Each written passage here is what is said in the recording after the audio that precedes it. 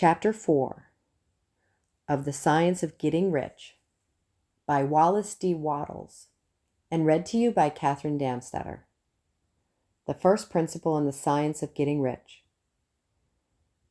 Thought is the only power which can produce tangible riches from the formless substance.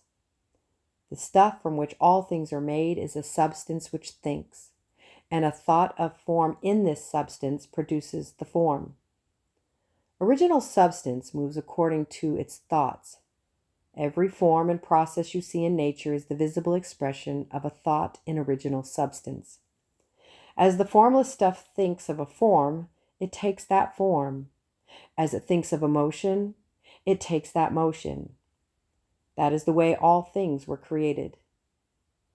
We live in a thought world, which is part of a thought universe.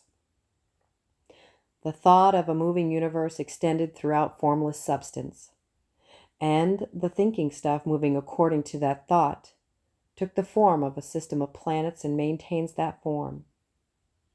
Thinking substance takes the form of its thought and moves according to the thought, holding the idea of a circling system of suns and worlds. It takes the form of these bodies and moves them as it thinks. Thinking the form of a slow-growing oak tree, and moves accordingly and produces the tree, though centuries may be required to do the work. In creating, the formless seems to move according to the lines of motion it has established. The thought of an oak tree does not cause the instant formation of a full-grown tree, but it does start in motion the forces which will produce the tree, along established lines of growth. Every thought of form, held in thinking substance, causes the creation of the form, but always, or at least generally, along lines of growth and action already established. The thought of a house of a certain construction, if it were impressed upon formless substance, might not cause the instant formation of the house, but it would cause the turning of creative energies already working in trade and commerce into such channels as to result in the speedy building of the house. And if there were no existing channels through which the creative energy could work, then the house would be formed directly from primal substance without waiting for the slow processes of the organic and inorganic world. No thought of form can be impressed upon original substance without causing the creation of the form. Man is a thinking center and can originate thought. All the forms that man fashions with his hands must first exist in his thought. He cannot shape a thing until he has thought that thing. And so far as man has confined his efforts wholly to the work of his hands. He has applied manual labor to the world of forms, seeking to change or modify those already existing. He has never thought of trying to cause the creation of new forms by impressing his thoughts upon formless substance. When man has a thought form, he takes material from the forms of nature and makes an image of the form which is in his mind. He has so far made little or no effort to cooperate with the form intelligent to work with the Father. He has not dreamed that he can do what he seeth the Father doing. Man reshapeth and modifies existing forms by manual labor. He has given no attention to the question whether he may not produce things from formless substance by communicating his thoughts to it.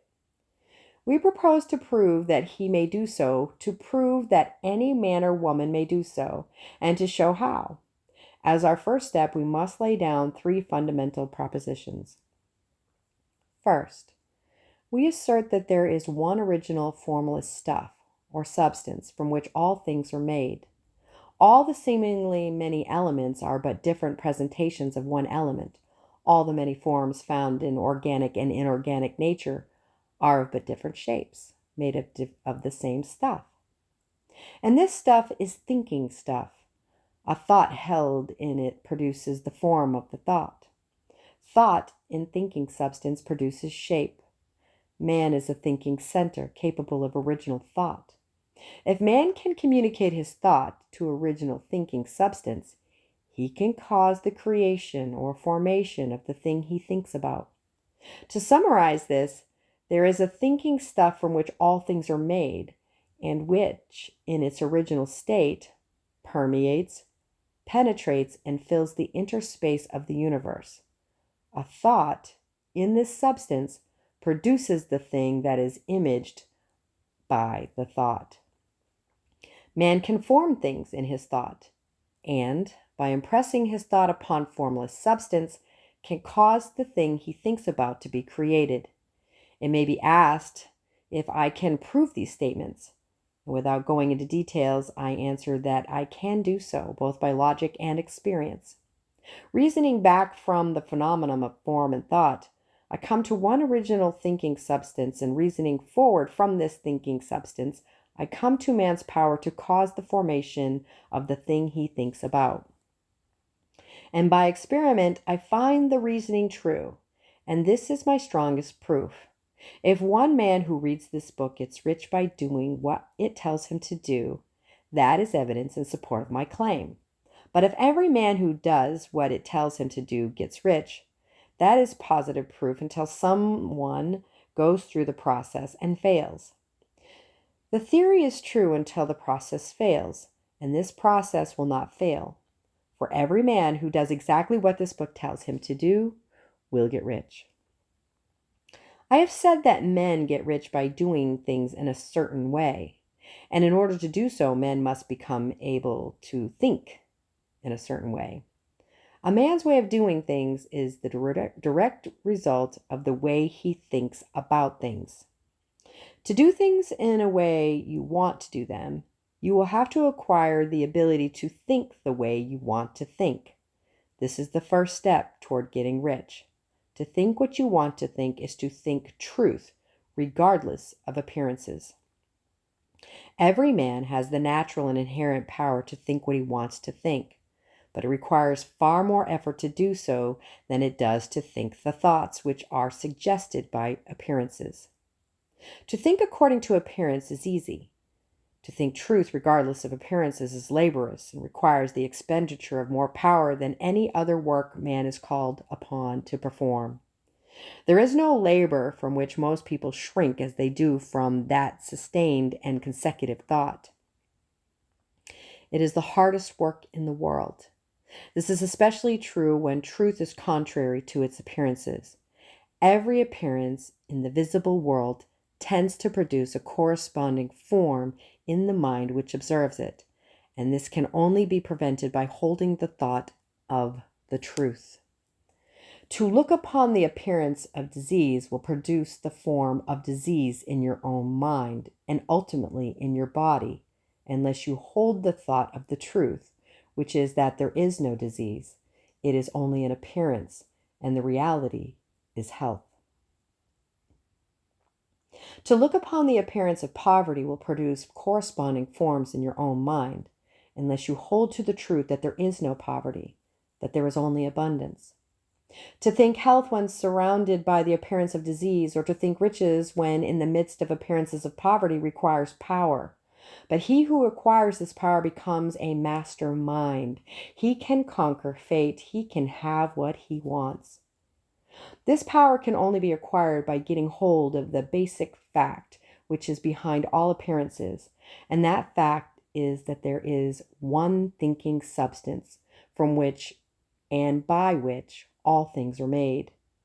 Then we must grasp the truth that every thought held in this substance becomes a form, and that man can so impress his thoughts upon it as to cause them to take form and become visible things. When we realize this, we lose all doubt and fear, for we know that we can create what we want to create. We can get what we want to have, and can become what we want to be. As a first step toward getting rich, you must believe the three fundamental statements given previously in this chapter. And in order to emphasize them, I repeat them here. There is a thinking stuff from which all things are made, and which in its original state permeates, penetrates, and fills the interspaces of the universe. A thought in this substance produces the thing that is imaged by thought. that man can form things in his thought. And by impressing his thought upon the formless substance, he can cause a thing he thinks about to be created. You must lay aside all other concepts of the universe than this monistic one.